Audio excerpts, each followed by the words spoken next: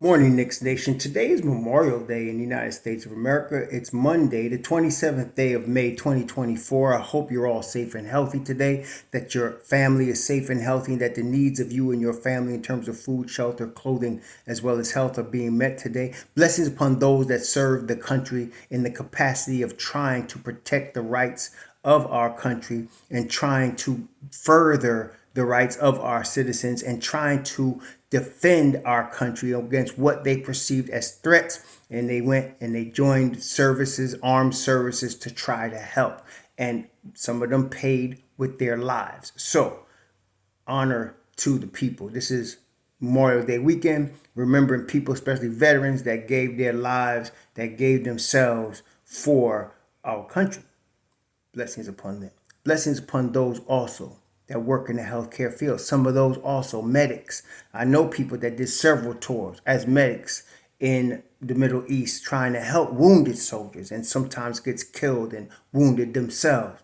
Blessings upon those, especially the first responders that work with the medical field to save lives. Those also that pick up garbage, keep our places clean. Those also that make deliveries for our convenience. Double blessings on the men and women out here trying to help rescue, deliver, and recover the teenagers and children that are the victims of child molestation and pedophilia. People that are also victims of pornography, child pornography, prostitution, child prostitution, human trafficking, and sex slavery. Double curses on the perpetrators, the profiteers, and those perverts that create the demand for these heinous industries. Finally, double blessings on the homeless. Nearly 600,000 men, women, children, veterans living in the streets of the United States of America, millions around the world in similar and worse conditions. Blessings upon them, for theirs is the kingdom.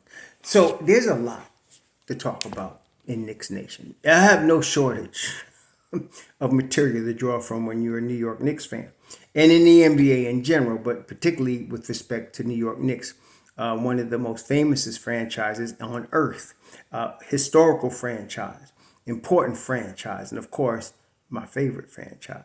So now I was listening to a part of a Locked On Nets podcast. Now, this is the thing. Of course, why am I listening to a Nets podcast, Brooklyn Nets podcast as a Knicks fan? Because I'm only interested in anything that can affect the Knicks. It is obvious. There's one player on the Nets, just one, that if the Knicks were to acquire him, would change the trajectory. Well, trajectory, let's just be clear. The Knicks trajectory is already up. If they don't acquire Mikal Bridges, it's still up.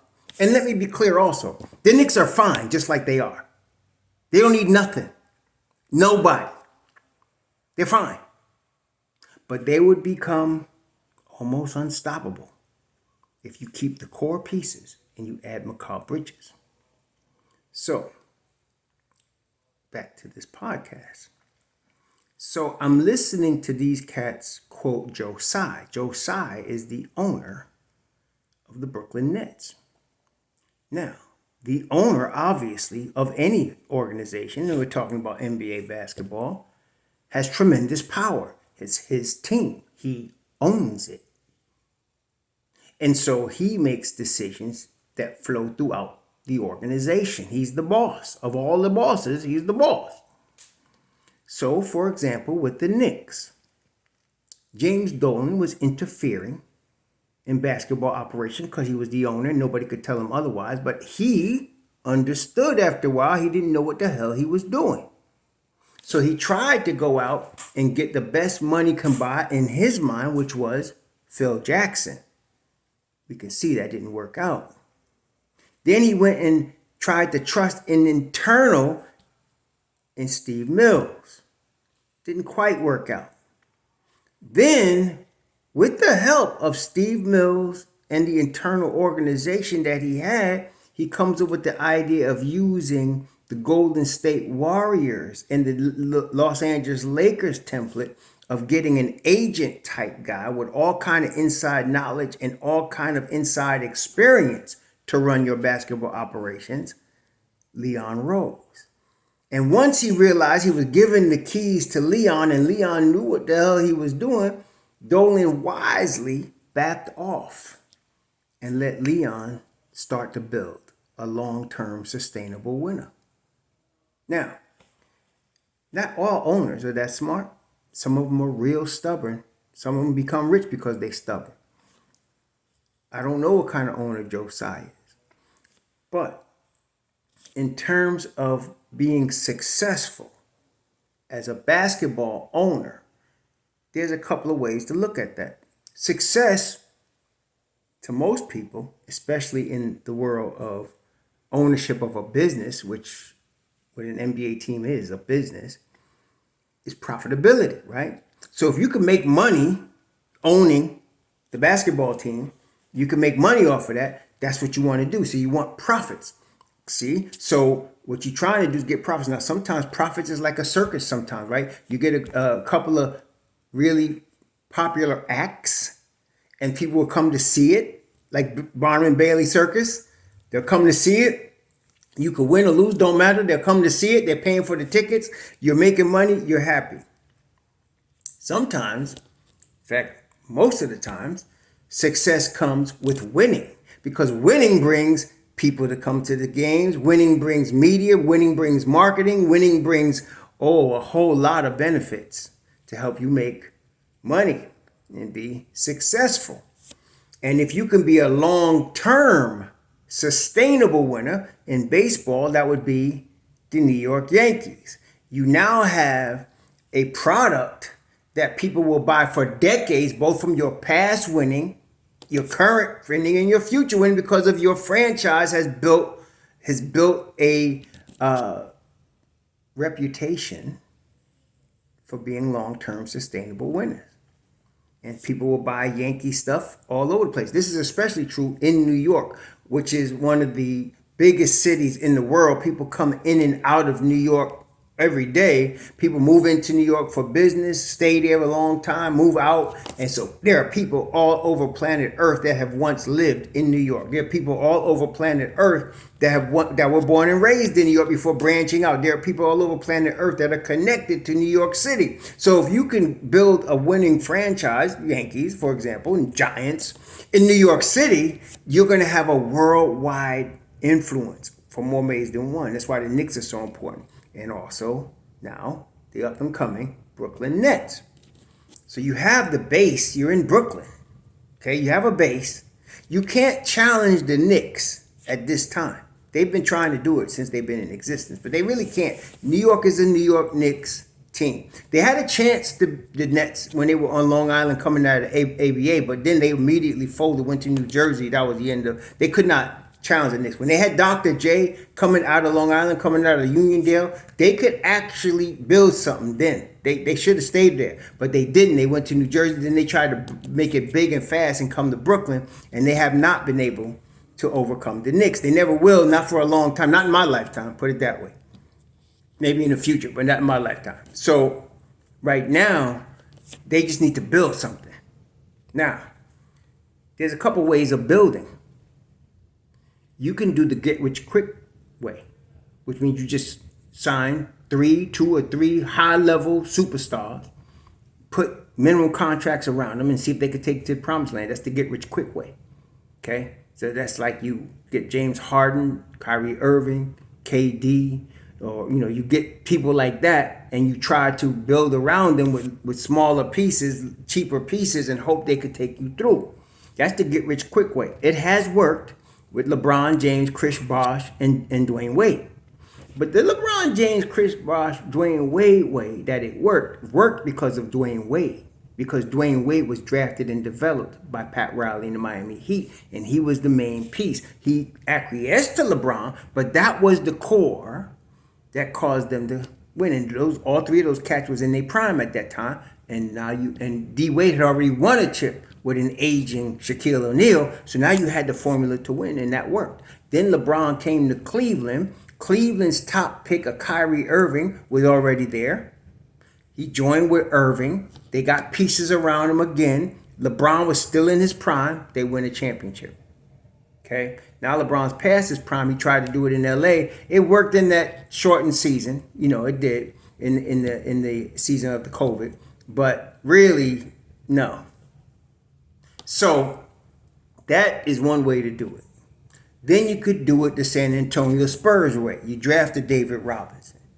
You draft a Tim Duncan. You draft a Tony Parker. You draft a Manu Ginobili. And you add pieces around them, and you have a long-term 5-time NBA champion. Right? You have that way of doing it as well. The Lakers, they traded for Shaquille O'Neal. They drafted Kobe Bryant. Okay? They built pieces around them, and you have 3 championships. Okay? That's a way of doing it also. So, but you can't do it both ways. You got to choose a path. Now, the Nets tried the get rich quick path. They played the game and they lost. Okay? They played the game and they lost. So now they have a choice to make. And the comments indicated that the owner is still confused, but I think he's leaning toward, and I say that, he's confused, but I think he's leaning toward the rebuild. They tried the get rich quick way and it failed. Then they tried to use the assets they got, like a Mikal Bridges, to try to build some. Mikal Bridges is really good. He's the missing piece for the Knicks to make them a juggernaut for good. But he's not a guy he's not Kyrie Irving. He's not Kevin Durant. He's not LeBron James in his prime or Dwayne Wade. He's a really, really, really good glue piece. Top-notch defender, very high IQ. He can get his own shot. Good enough to be that piece to add to whatever you got to get you there. But without a major piece, without a superstar type guy, he's not going to get there. You need guys around him. They have not been able to do that. Now, there's Donovan Mitchell. They might say, well, we can get Donovan Mitchell and pair him with Mikal Bridges. That would help us, win. We may get to the promised land. The problem with that is that that's also been tried. And NBA players, especially a guy like a Donovan Mitchell that's already got his money. Mitchell got his money, and he's going to keep getting his money. So it's not money. There's 2 things they want in the NBA. They want to get their bag, and they want chips, championships. That's for legacy, championships. So they want their money, and they want chips, right? What they don't want is to be stuck somewhere where they're the guy, they don't have enough help to win it, and they're just wasting their talent and abilities trying and keep losing. They don't want that. Nobody wants that. Because why? Because it's been seen already. It's happened already. That was Kevin Garnett before he came to the Celtics. He was getting Minnesota to the promised land, trying to, but using his prime and it's not working. Then he comes to the Celtics. He joins with Ray Allen and Paul Pierce, and now they have a big 3. They draft a Rajon Rondo championship. Okay? So no player wants, that's almost a way of, that's like rich man purgatory. You're not really winning nothing. You're getting paid. You head of the team. You're the man, but you ain't got enough to win. Okay? That's rich man purgatory. Nobody wants that. So there's more of a likelihood of Mitchell going to Miami than going to the Nets, because Miami has won chips. They got a culture. They built a culture of winning. They got Bam Adebayo. They got some players over there that even if they trade Tyler Hero, they still got a good foundation for him to go in with the culture and win. Okay? So that's why he ain't going to Brooklyn. He might love New York, and I believe, obviously, it's obvious to everybody. You can see Donovan Mitchell loves New York, but he ain't going there because he ain't going to get what he wants there. What he wants is a chip. He'd rather come to the Knicks, but he don't fit with the Knicks. If the glove don't fit, you must have quit. He don't fit with the Knicks. They already got Jalen Brunson. So now the Nets got to make a decision. And from what I'm looking at, reading these tea leaves, I see a total rebuild coming. Okay? Now, when you're in rebuild, listen carefully because some of you don't get this. When you're in rebuild, you're not looking for established players. There's 3 things you want when you're rebuilding. You want draft capital, young players, and expiring contracts. Draft capital to build on. Young players to build on. Expiring contracts so you don't get caught up with money in your budget. You don't get caught up trying to pay plays while you're trying to get the young guys developed. Okay? You got expiring deals that keeps you flexible. Think of the Don. That's what he did. He starts off with Alfred Payton, Reggie Bullock, right, in that first year. Guys he can get rid of, while he also had R.J. Barrett, Mitchell Robinson, while he's trying to develop the young guys. Okay? That's how you do it. And they had all the draft capital, and he was gaining more draft capital. So that now we're on the verge right now. We're poised to get a chip. Okay, we got everything that we need right now. So the net, you can't do it both ways. So either you're going to declare a rebuild, sell off the guys that are worth stuff to sell off, keep draft capital and get more draft capital, much as you can. Try to get expiring deals. Veterans that can help the young guys develop, whose deals are not forever, that you can get off of very easily. Okay, that's what you want if you're going to rebuild. There's only two ways to do it. Either you're going to go for the home run and get the superstar in there and try to get rich quick, or rebuild. Now, again, the Nets have already tried get rich quick. It ain't work. It ain't work. Okay? For whatever reason, it didn't work. And see, the reason don't matter. What does matter is you paid out a lot of money and it didn't work. That's what it matters. If you're the owner now, you paid up a lot of money and it didn't work. So now what you want to do is look more longer term. Build up your draft capital that you traded away. Okay? Build up your draft capital. They got a whole bunch of Phoenix picks from that trade. You want to add to that. That's all they got is Phoenix picks. So you want to add to that. You get picks for Cam Johnson. You get picks for Mikal Bridges. You get picks for all of those guys. You keep your Nick Claxtons. You keep your Cam Thomases. You start to build off of the young players. You get more draft capital, and now you get cash in your pocket that you can use later. Brings me to what? The Knicks.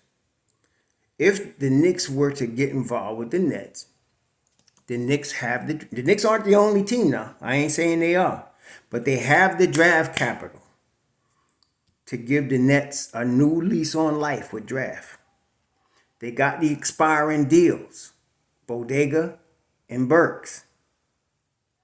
Okay? They got that. They even got young talent, God forbid, but Deuce McBride, if they needed to trade him. The Nets would love to have a Deuce McBride. They would love to have him. Because now you got a real defender at point guard. You got a real guy that you can put next to Cam Thomas that's going to play defense. And young, 23. Okay? So they would love to have him. I'd hate to do that. But that's the type of deal the Nets would be looking for. Now, the Knicks aren't the only one that could do that. Like Oklahoma City got a whole bunch of stash too. And they ain't looking to trap, but they're not looking to trade their core. Look at Oklahoma City. Chet Holmgren's a core piece, drafted, right? Both the Williams, J. Will and J. Dub, drafted, both of them, core pieces. Isaiah Joe, core piece, okay? They got really nice, and they just was running a deep playoff run, okay? Young team. They traded for Shai Gilgeous-Alexander and got draft picks to go with them because they gave up PG-13. And they're in a good position. Now, do they want a Mikal Bridges? Well, if you're Oklahoma City, right? If you're Oklahoma City, Mikal Bridges would either play at your 2 spot or your 3 spot. That's where he would play. He'd play either at your 2 spot or your 3 spot. And I can see him doing that in OKC now. But you got to look at it this way. Right now, Shai is your point guard. Isaiah Joe is your secondary guard with Josh Giddey. Lou Dort, all NBA defender, I'm not giving him up. I'm not. No. But that's what I'm saying, the type of guy the Nets would want. A guy like that. They got Carson Wallace. They got J. Dub, who fills in for Chet Holmgren. They got Josh Giddey. See, so maybe Giddey would be the guy. Giddey would, if I'm looking at Oklahoma City, Giddey would be the guy I'm sending to Brooklyn to get Mikal Bridges. And now I'm gonna start Mikal at the 2 guard spot or Dort. I'm keeping Dort in the starting lineup. J Dub is staying in the starting lineup, and then I'm putting Mikal Bridges there. Now, if If I'm Oklahoma, I'm in that sweepstakes. Because if they would take Josh Giddey in like 4 or 5 picks, I'm done. Okay? That's possible. They're really the only team, I think, that can challenge the Knicks in this area, in the Mikal Bridges sweepstakes. They could. And so I don't want to say it's not definite, and some of y'all get carried away. It's not definite for the Knicks. Now, if you ask him Mikal Bridges, he wants to come to Madison Square Garden. There's no doubt. He doesn't want to go to Oklahoma City. He wants to go to Madison Square Garden. Okay? He's a Philly kid, went to Phoenix, was disappointed getting drafted there, but then ended up loving it there, came to Brooklyn, and he's right next to his 3 homies. So he wants to come to Madison Square Garden. But that's, if I'm Oklahoma City, that's what I'm offering. I'm offering you Josh Giddey, 4 number ones, maybe Carson Wallace to go with that. And but the Nets are going to want, they're going to want Josh Giddey. They might want Isaiah Joe, and 4 number ones, 5 number ones. So Oklahoma City's got to make that decision, but they're in the position to do that. So really, that's what we're talking about. So there's a possibility, I guess what I'm saying, for the Knicks to get Mikal Bridges, but it's only a possibility. Again, please keep your mind open. I know it's hard for y'all in Knicks Nation sometimes, but the Don doesn't lock into one or the other. He has both. He's got more than one option. He's got more than the Mikal Bridges option. And if it works, it works. If it doesn't, he moves on. Because he's got a price in mind that he's going to pay, and he's not going to go above that. Okay? So I guess what I'm saying is Mikal Bridges is in play, as is Cam Johnson. They're both in play, as is Dorian Finney-Smith. All of these are good pieces on a championship team. All of them are. They're good pieces on a championship team. So we're going to see how this works out. But Mikal Bridges is the crown jewel, the Villanova product that goes with Jalen Brunson, Josh Hart, DiVincenzo. He's the crown jewel that goes with that crew. And man, you pair him with OG Anunoby. Somebody's talking about OG Anunoby. Please don't be stupid. The Nets are, if they're going to rebuild, they do not want OG Anunoby. If they're going to rebuild, they do not want Julius Randle. Neither is the Knicks going to trade Julius Randle. So we can please stop with the fodder from Twitter that is just out of control. Okay, and no, they don't want a third team involved. Teams don't like to do that if they don't have to. It's very complicated 3-team trades, and they don't want to do that. And the Knicks got the assets to not have to involve a third team.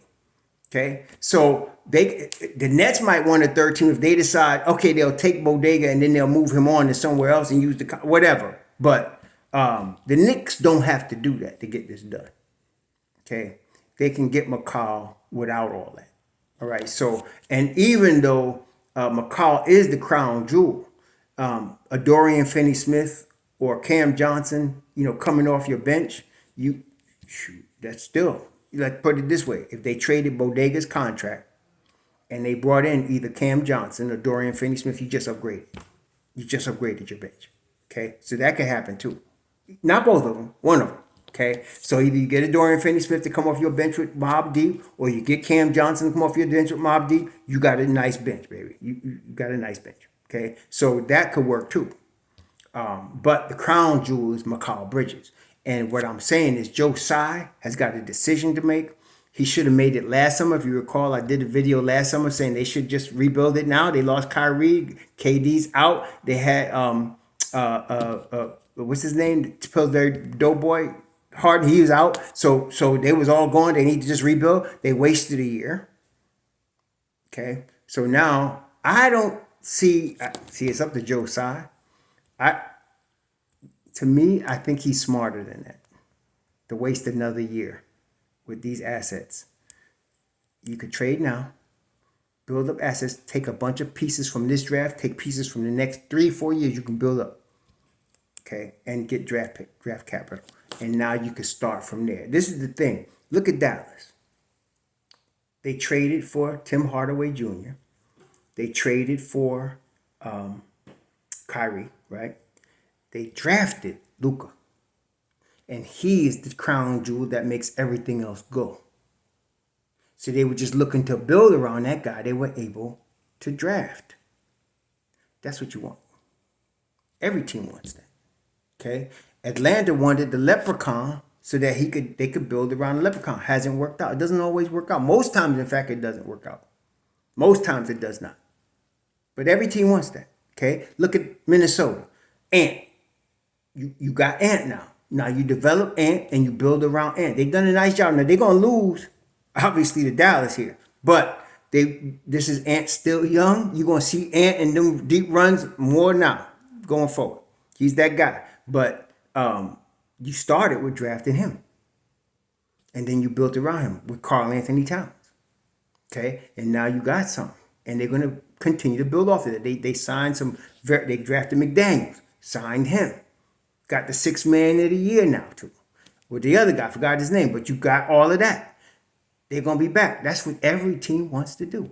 The Knicks did not draft Julius Randle, but he was before his prime, and he was not the player then that he is now. He was not. In fact, he was so bad that they were going to trade him when Leon Rose came. That's why they drafted Obi Toppin. Many of y'all don't understand. Obi Toppin was drafted with the intent of being the starting power forward for the Knicks in the redevelopment, rebuild. But Tom Thibodeau got hired after and decided, no, I want to work with Julius. Julius becomes 2-time All-NBA working with Tom Thibodeau. Okay, so that changed everything. So then Obi was now in Indiana. Okay, so now that's how the Knicks did it. You bring in the Julius Randle, you develop him, you got a cornerstone. Okay, then you use the young players that you did draft and you replace them with pieces that work with the guy you signed, Jalen Brunson. You still got an anchor in Mitchell Robinson, either coming off the bench or starting, but he's going to come off the bench now. You drafted a dog in Deuce McBride. You could have had IQ, but IQ decided he didn't want the money. Boom, you go to plan B, Deuce McBride. And now you got the pieces together to make a run. If you get Mikal Bridges, it's lights out. But if you don't, you're still good. This is what it means to play chess. Enjoy your Memorial Day weekend. We'll see what happens. It's going to happen soon, probably before July 1st. Shalom.